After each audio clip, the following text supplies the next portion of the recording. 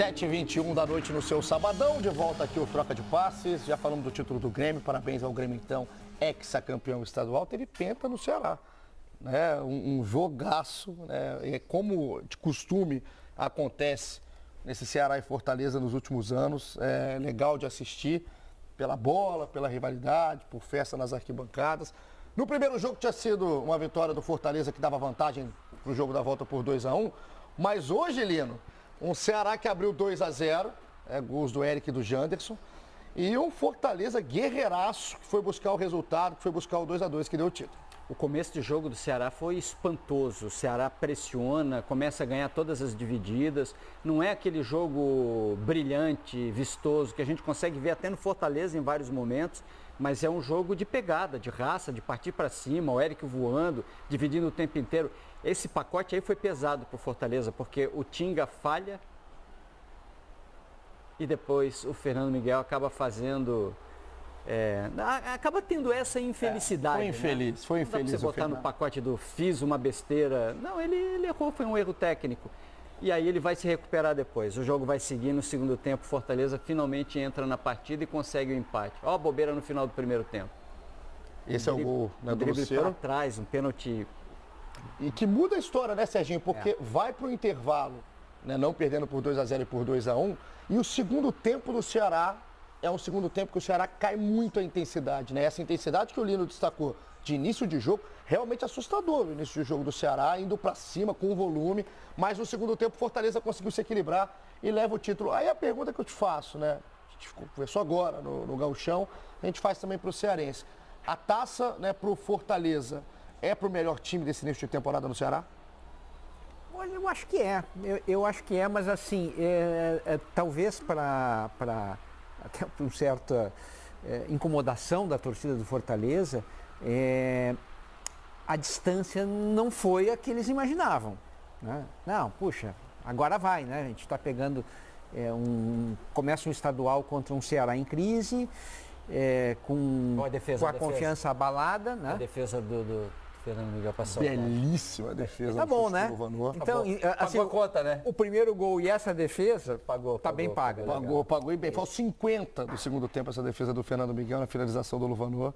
O gol do Caleb foi aos 42. Belíssimo gol do Caleb também, né? Golaço. A gente tá vendo a festa da torcida no Castelão. E lá é uma beleza. Cara, espetacular, cara. Espetacular o futebol cearense, muito forte, né? O futebol hoje com mais forte do Nordeste aí no futebol brasileiro.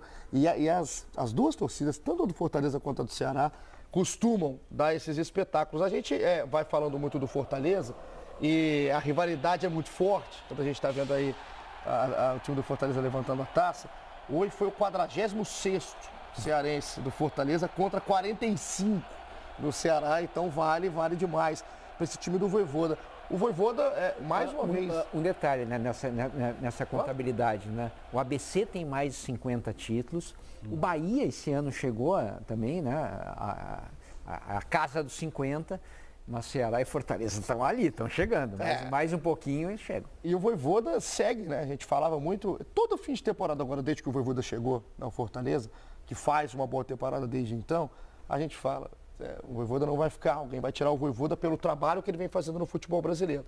Ele fica, ele se mantém e segue, Lino, fazendo esse trabalho com muito entendimento, né, do que é o Fortaleza, essa sinergia com o torcedor, até em momentos que foi pressionado, até em momentos que teve uma instabilidade de jogo, esse time do Fortaleza. A chegada de Lucero, Pochettino, tem a ver com um Fortaleza que hoje é capaz de ter um treinador que atrai jogadores para o grupo. Né? Um treinador que coloca para o mercado sul-americano uma ideia de continuidade. Ou seja, eu não estou passando por aqui, se você vier para cá, daqui a pouco eu saio, você vai ficar pendurado no pincel. Não, pelo contrário, eu vim para cá, vou ficar no Fortaleza, venha para cá porque aqui tem projeto, aqui tem ideia, vai ter continuidade e a gente vai conseguir fazer alguma coisa.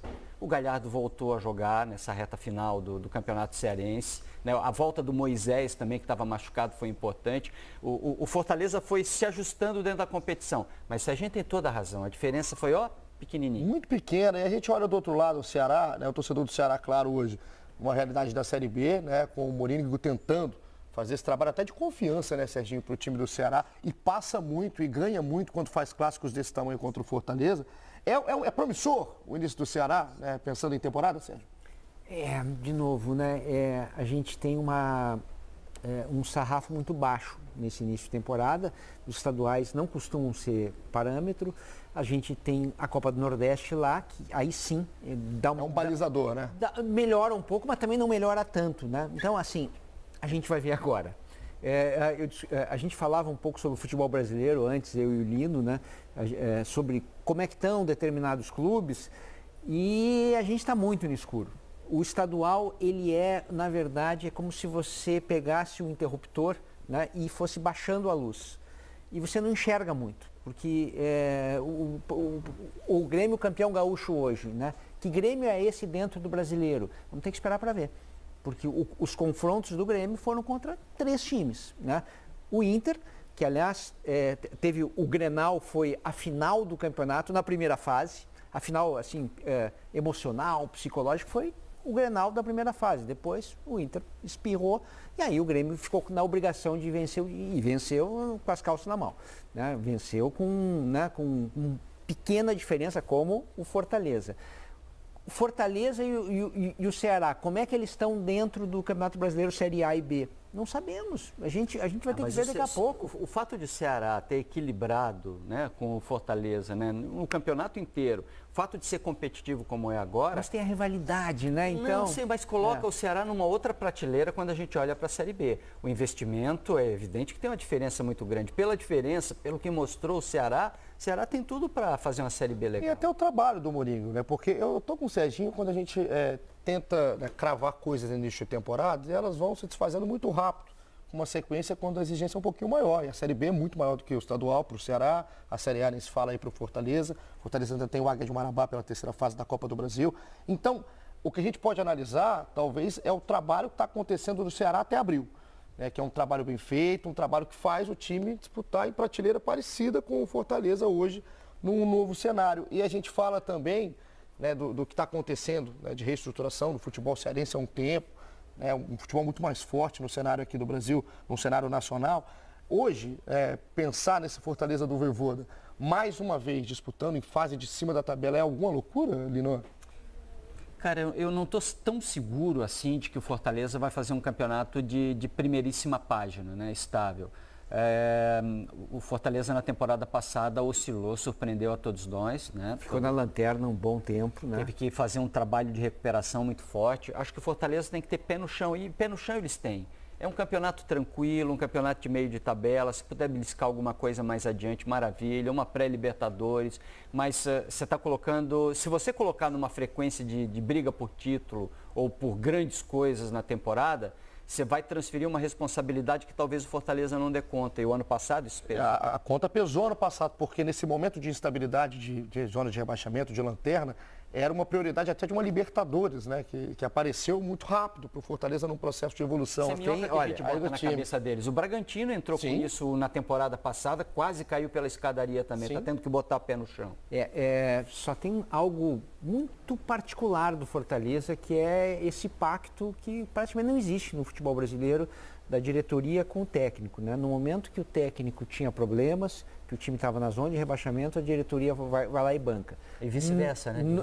É aí que eu ia chegar. No momento que o Vojvoda está super valorizado, todo mundo batendo na porta, vem para cá, não sei o quê, ele diz, não, eu vou ficar. Né? Então, isso é muito raro. Isso dá uma estabilidade, dá uma tranquilidade de trabalho que poucos clubes têm, né? Então, o Vojvoda, se ele tiver uma ideia, eu vou construir um time desse jeito, talvez eu demore um mês, ele pode fazer isso. Quantos técnicos acham que tem um mês para desenvolver uma ideia, perder jogos e depois, né, chegar a algum lugar? Ninguém arrisca. E assim, independente da prateleira, né? Se é um time que está brigando lá em cima, se é um time de meio de tabela, que vai tentar se manter só em Série A, são pouquíssimos. Como estrutura de time, Lino, a gente fala do Pochettino, né, que chega aí para esse time do Fortaleza, o Lucero, autor do primeiro gol.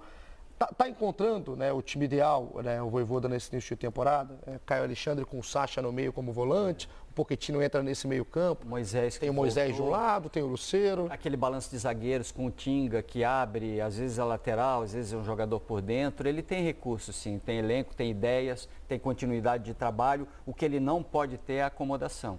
O que precisa continuar é isso que a gente viu no Castelão, aquela energia, aquela vibração, e ela vem muito da cobrança do torcedor do Fortaleza também.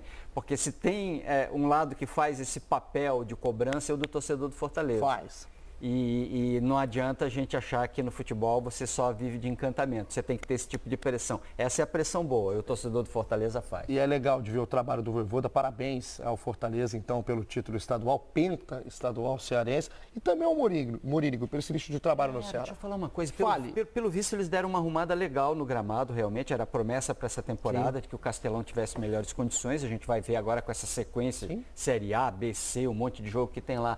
Você sabe que eu achei o gramado da Arena do Grêmio esquisito?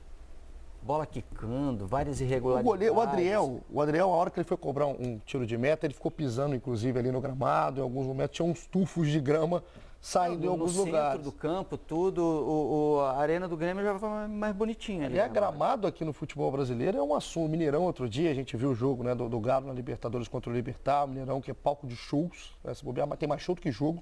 Ultimamente no Mineirão, o Galo está aí para inaugurar o seu estádio, o Cruzeiro não joga no Mineirão. Então, gramado é sempre, infelizmente, uma discussão aqui para o nosso futebol. Não é. Então é isso, pessoal. Fortaleza conquista o pentacampeonato cearense. Deixando os créditos para o troca de passes do Sport TV.